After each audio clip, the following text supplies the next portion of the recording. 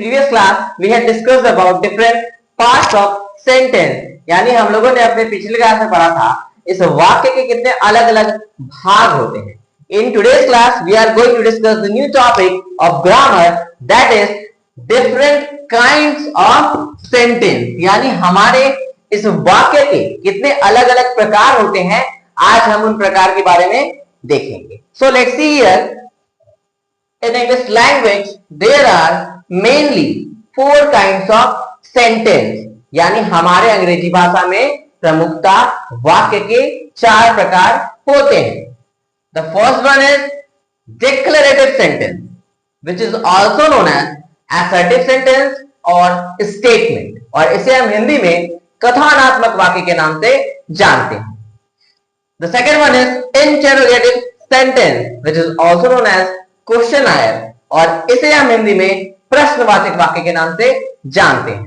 The third one is imperative sentence, which is further known as directive sentence और इसे हम हिंदी में आदेशात्मक वाक्य के नाम से जानते हैं.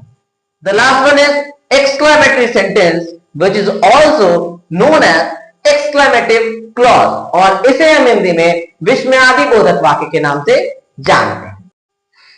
Let's discuss different kinds of sentence one by one. The first one is declarative sentence, which is also known as assertive sentence और statement. इसे हिंदी में हम कथनात्मक वाक्य के नाम से भी जानते हैं. So let's start. These are general statements which declares anything in the sentence.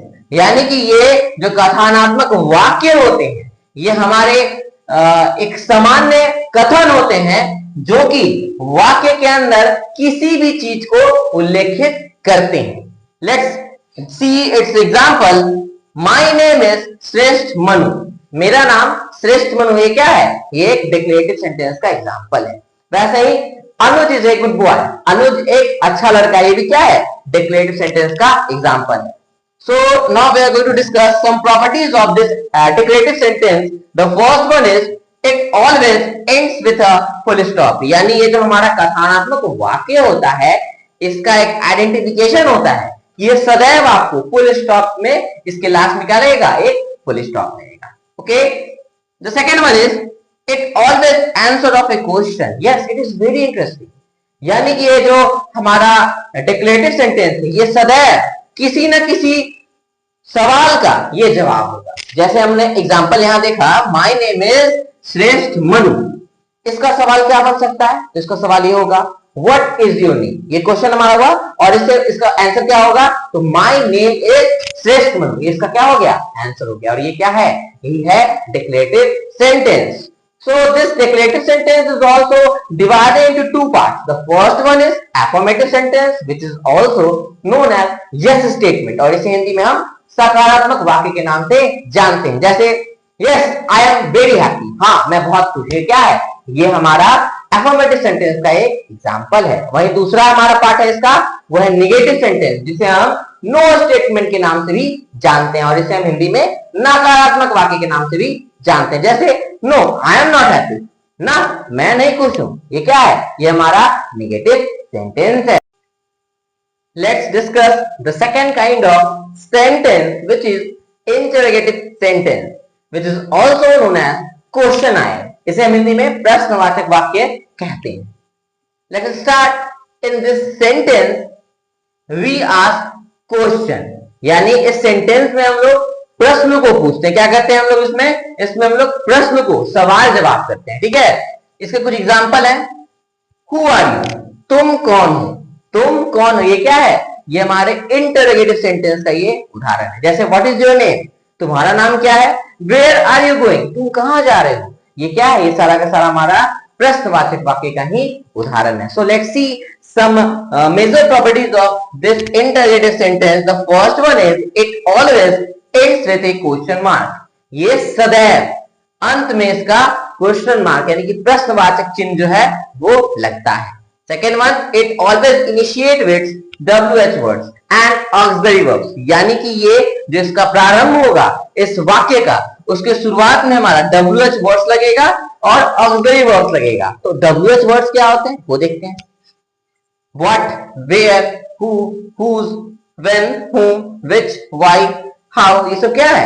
All these are WH words। और ऑक्सिलरी वर्ब्स क्या है? जैसे is, am, are, was, were, has, have, had, ये सब हमारे ऑक्सिलरी वर्ब हैं जिनसे हम अपने इंटरोगेटिव सेंटेंस का इनिशिएशन कर सकते हैं। जैसे are you happy, question mark लगा दिए, क्या तुम खुश हो, ये क्या है? हमारा ऑक्सिलरी वर्ब आर है जो कि हमारा इंटरोगेटिव सेंटेंस का फॉर्मेशन कर रहा है। जैसे कैन आई स्विम, क्या मैं तैर सकता हूं, ये भी क्या है? हमारा ये हमारा इंटरोगेटिव सेंटेंस है जो कि ऑक्सिलरी वर्ब की मदद से बना है। वहीं अगर हम बोलेंगे हाउ कैन आई स्विम, ये भी क्या है? हमारा ये भी हमारा इंटरोगेटिव सेंटेंस है। ठीक है, let's discuss the third kind of sentence, that is imperative sentence which is also known as directive sentence. इसे हम हिंदी में आदेशात्मक वाक्य के नाम से भी जानते हैं। So let's start it.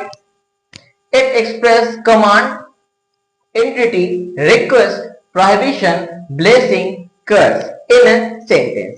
यानी कि ये जो हमारा आदेशात्मक वाक्य होता है वो हमारे वाक्य के अंदर आदेश को, विनती को, आग्रह को, मनाही को, वरदान को और अभिशाप को दर्शाने का कार्य करता है।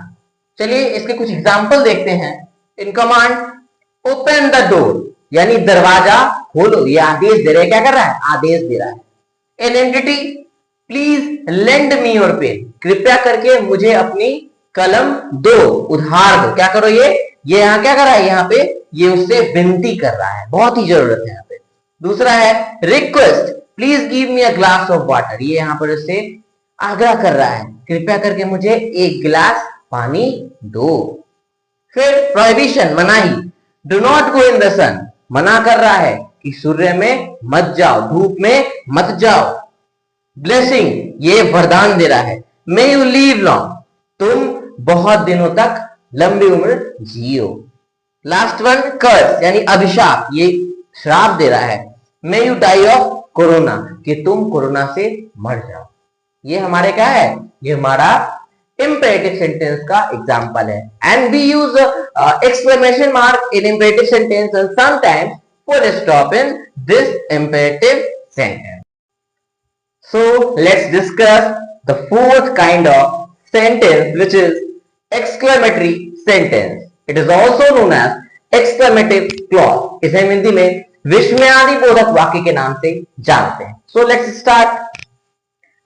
It expresses sudden strong feelings of Joy, sorrow and anger. यानी जो हमारा विस्मयादि बोधक वाक्य होता है, ये हमारे अंदर, जो हमारे अंदर खुशी के, उदासीनता की और जो गुस्से की आंतरिक अचानक उत्पन्न हुई जो भावनाएं हैं, ये उसे प्रकट करता है। ठीक है, इसकी कुछ प्रॉपर्टीज है, जैसे we always use exclamation mark in it, यानी कि ये जो हमारा एक्सक्लेमेटरी सेंटेंस है, जो हमारा विस्मयादि बोधक वाक्य है, इसमें हम इस चिन्ह का, ये जो हमारा विस्मयादि बोधक वाक्य में इस विस्मयकारी चिन्ह का हम उपयोग करते हैं।